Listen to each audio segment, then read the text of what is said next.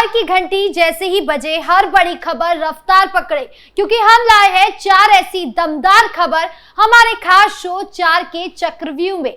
नमस्कार, capital TV Uttar Pradesh देख रहे हैं आप। मैं हूं आपके साथ राधिका राज।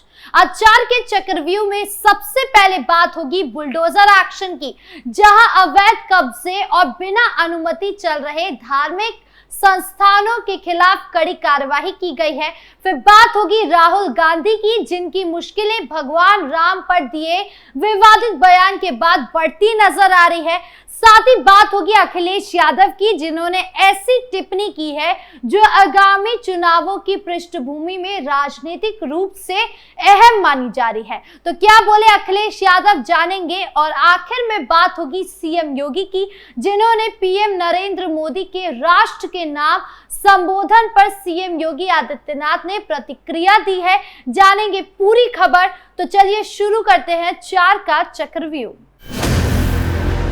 पहली खबर बुलडोजर एक्शन से जुड़ी है। दरअसल मुख्यमंत्री योगी आदित्यनाथ के निर्देश पर नेपाल सीमा से सटे जिलों में एक बार फिर अवैध कब्जे और बिना अनुमति चल रहे धार्मिक संस्थानों के खिलाफ कड़ी कार्रवाई की गई है। प्रशासन ने दिन भर चलाए गए विशेष अभियान में अवैध मदरसे और मज़ारे चिन्हित कर उन्हें ध्वस्त या सील कर दिया है। ये कार्रवाई मुख्य रूप से श्रावस्ती, बहराइच, बलरामपुर, सिद्धार्थनगर और महाराजगंज जिलों में की गई है। इस पूरे अभियान का मकसद भारत नेपाल सीमा के 0 से 15 किलोमीटर के दायरे को अतिक्रमण मुक्त बनाना है। सरकार का कहना है कि इस संवेदनशील इलाके में किसी भी तरह की अवैध गतिविधियों को सहन नहीं किया जाएगा। श्रावस्ती के जिला अधिकारी अजय कुमार द्विवेदी ने बताया कि तहसील जमुना के गांव रहमतू गांव में शासकीय भूमि पर बने एक अवैध मदरसे को गिरा दिया गया।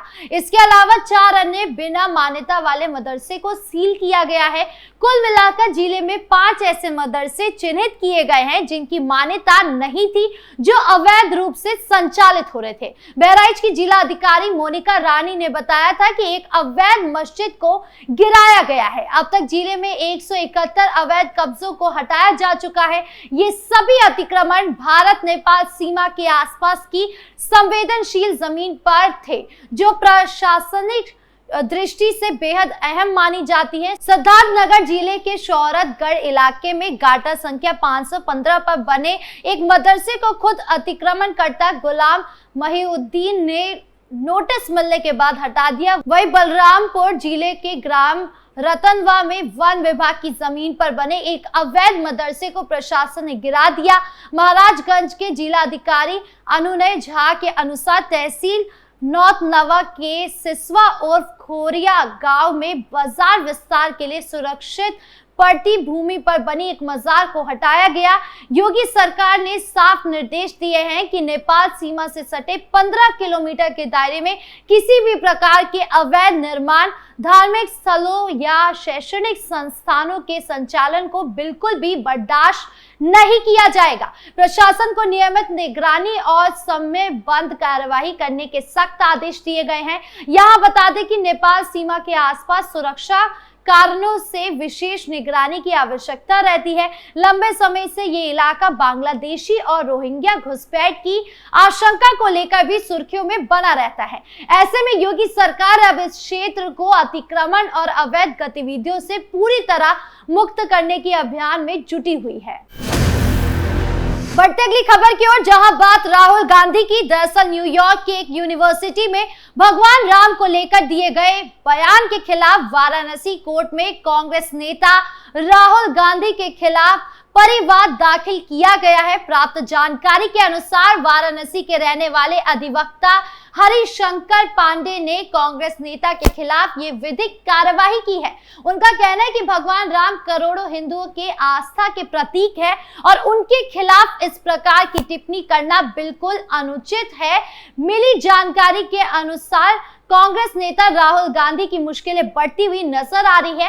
दरअसल वाराणसी के एमपी एमएलए कोर्ट के अधिवक्ता हरिशंकर पांडे की तरफ से राहुल गांधी के खिलाफ परिवाद दाखिल किया गया है। राहुल गांधी ने न्यूयॉर्क के एक यूनिवर्सिटी में भगवान राम पर टिप्पणी की थी। उनका आरोप है कि न्यूयॉर्क के एक यूनिवर्सिटी में राहुल गांधी की तरफ से भगवान श्री राम को लेकर विवादित बयान दिया गया था, जो करोड़ों हिंदुओं की आस्था को ठेस पहुंचाने वाला था। बड़ा आरोप लगाते हुए उन्होंने कहा कि विदेश की धरती पर जाकर कांग्रेस नेता की तरफ से सनातन आस्था पर उपहास करना बिल्कुल स्वीकार नहीं होगा। फिलहाल इस मामले में कोर्ट ने परिवाद दाखिल कर दिया है। कांग्रेस नेता के खिलाफ दाखिल परिवाद को लेकर वाराणसी के इस कोर्ट में 19 मई को अगली सुनवाई तय की गई है। इससे पहले भी दिल्ली से लेकर वाराणसी तक राहुल गांधी के इस टिप्पणी को लेकर विरोध जताया गया था। अब इस मामले में परिवाद दाखिल करने के बाद मामला तूल पकड़ता हुआ नजर आ रहा है। वाराणसी कोर्ट में अब अगली सुनवाई 19 मई को है। ऐसे में राहुल गांधी का अभी तक इस पर कोई बयान सामने नहीं आया है। कब तक बयान सामने आता है, ये देखने वाली बात होगी। खबरों में आगे बढ़ते हैं, जहां बात अखिलेश यादव की। दरअसल समाजवादी पार्टी के राष्ट्रीय अध्यक्ष और पूर्व मुख्यमंत्री अखिलेश यादव ने उत्तर प्रदेश में महिलाओं के खिलाफ हो रहे अपराधों को लेकर भाजपा सरकार को कटघरे में खड़ा किया है। उन्होंने आरोप लगाया कि भाजपा सरकार में महिलाएं सबसे ज्यादा असुरक्षित है और अपराधियों के हौसले बुलंद है। मेरठ और श्रावस्ती जैसे घटनाओं का हवाला देते हुए अखिलेश ने कहा कि उत्तर प्रदेश में कानून व्यवस्था पूरी तरह फेल हो चुकी है। अखिलेश यादव ने कहा कि मेरठ में चलती कार में 2 किशोरियों से दुष्कर्म और श्रावस्ती के इकोना थाना क्षेत्र में एक बालिका के अपहरण जैसी घटनाएं बताती है कि अब महिलाएं सड़कों पर भी सुरक्षित नहीं है। उन्होंने कहा कि भाजपा सरकार का जीरो टॉलरेंस का दावा महज दिखावा है, क्योंकि हकीकत में अपराधियों को सत्ता का संरक्षण मिल रहा है। अखिलेश यादव ने कहा कि समाजवादी सरकार में महिला सुरक्षा को लेकर गंभीर प्रयास किए गए थे। 1090 वुमेन हेल्पलाइन और डायल 100 पुलिस रिस्पांस सेवा की शुरुआत समाजवादी सरकार ने की थी, ताकि महिलाएं खुद को सुरक्षित महसूस कर सके।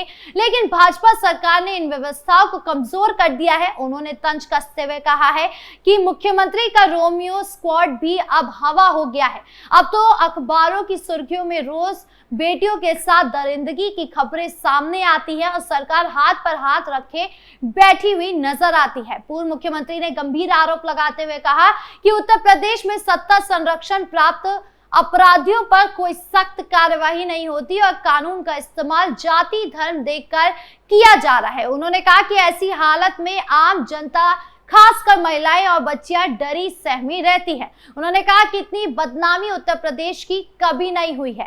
हालांकि बता दें कि सीएम योगी के राज में आपराधिक घटनाएं कम हो गई हैं। हमने कई ऐसी वीडियो देखी है जहां महिला खुद बताती हैं कि वो खुद को उत्तर प्रदेश में कितना सुरक्षित महसूस करती है। इसीलिए अखिलेश यादव का ये बयान हवा में तीर चलाने जैसा माना जा रहा है। खबरों के अंत में अब बात सीएम योगी की। दरअसल प्रधानमंत्री नरेंद्र मोदी ने ऑपरेशन सिंदूर के संदर्भ में राष्ट्र को संबोधित किया। उनके संबोधन के बाद उत्तर प्रदेश के मुख्यमंत्री योगी आदित्यनाथ ने प्रतिक्रिया दी है। सोशल मीडिया साइट एक्स पर सीएम ने पीएम के संबोधन पर कहा कि ये नए भारत की नीति का ऐलान है। सीएम ने कहा कि प्रधानमंत्री नरेंद्र मोदी का आज का संबोधन आतंक के खिलाफ नए भारत की नीति का स्पष्ट ऐलान है। ऑपरेशन सिंदूर सिर्फ एक सैनिक कार्यवाही नहीं, ये बहनों बेटियों के सम्मान की रक्षा का संकल्प है। सीएम ने कहा कि जो हमारी माताओं बहनों के साथ माथे से सिंदूर मिटाने का दुस्साहस करेगा, उसको मिट्टी में मिलना तय माना जाएगा। भारत अब चुप नहीं बैठेगा, हर वार का जवाब हमारी शर्तों पर होगा। सेना को नमन और प्रधानमंत्री को राष्ट्रवादी नेतृत्व के लिए अभिनंदन। हर भारतवासियों के लिए राष्ट्र ही सर्वोपरि रहेगा। जय हिंद। तो वही पीएम के संबोधन पर उत्तराखंड के सीएम पुष्कर सिंह धामी ने भी प्रतिक्रिया दी। उन्होंने कहा कि प्रधानमंत्री का आज राष्ट्र को संबोधन केवल संदेश नहीं, अपितु राष्ट्र की चेतना और एक मजबूत भारत की हुंकार थी। स्पष्टता, आत्मविश्वास और दृढ़ता से युक्त उनके सख्त संदेश ने साबित कर दिया है कि आज भारत न सिर्फ अपने नागरिकों की सुरक्षा सुनिश्चित करने के लिए तैयार है, बल्कि दुश्मनों को उनकी ही भाषा में जवाब देने का मादा भी रखता है। आदरणीय प्रधानमंत्री के नेतृत्व में भारत ने एक नया इतिहास रचा है। आतंकवाद को पनाह देने वालों को अब उनकी ही जमीन पर ढूंढकर मिटाया जा रहा है। धामी ने कहा कि ऑपरेशन सिंदूर कोई नाम नहीं, ये भारत की माताओं बहनों के सिंदूर की रक्षा का अटल संकल्प है। हमारी सेना के अद्वितीय पराक्रम दिखाया और अपने शौर्य से दुश्मन के दिलों में दहशत भर दी है। आतंकी ठिकानों पर हुए सटीक और निर्णायक प्रहार ने पूरी दुनिया को बता दिया कि भारत अब सिर्फ सहता नहीं, जवाब देता है, वो भी अपने तरीके से। उत्तराखंड की वीर भूमि के लोग राष्ट्र की रक्षा और समृद्धि हेतु सदैव तत्पर रहेंगे। प्रधानमंत्री का ये संबोधन न केवल हमारी सुरक्षा नीति को स्पष्ट करेगा, बल्कि प्रत्येक नागरिक को एकजुट होकर देश की रक्षा में योगदान देने के लिए प्रेरित भी करता है। यानी कुल मिलाकर पीएम मोदी ने आतंक को पैदा करने वाले और आतंकवादियों को लेकर बड़ा संदेश दिया है, जिसको लेकर पीएम मोदी की सराहना की जा रही है, न केवल उनकी पार्टी के मंत्रियों के द्वारा बल्कि पूरे देश से। आपके इस पूरे मामले पर क्या राय है, कमेंट बॉक्स में जरूर बताएं। 4 के चक्रव्यूह में आज खबरों का सिलसिला यहीं खत्म करते हैं। कल फिर मिलेंगे आपसे नई खबरों के साथ। वीडियो अच्छी लगी हो तो लाइक शेयर करें, चैनल को सब्सक्राइब करना ना भूलें और देश की तमाम बड़ी खबरों से जुड़े रहने के लिए देखिए कैपिटल टीवी उत्तर प्रदेश। नमस्कार।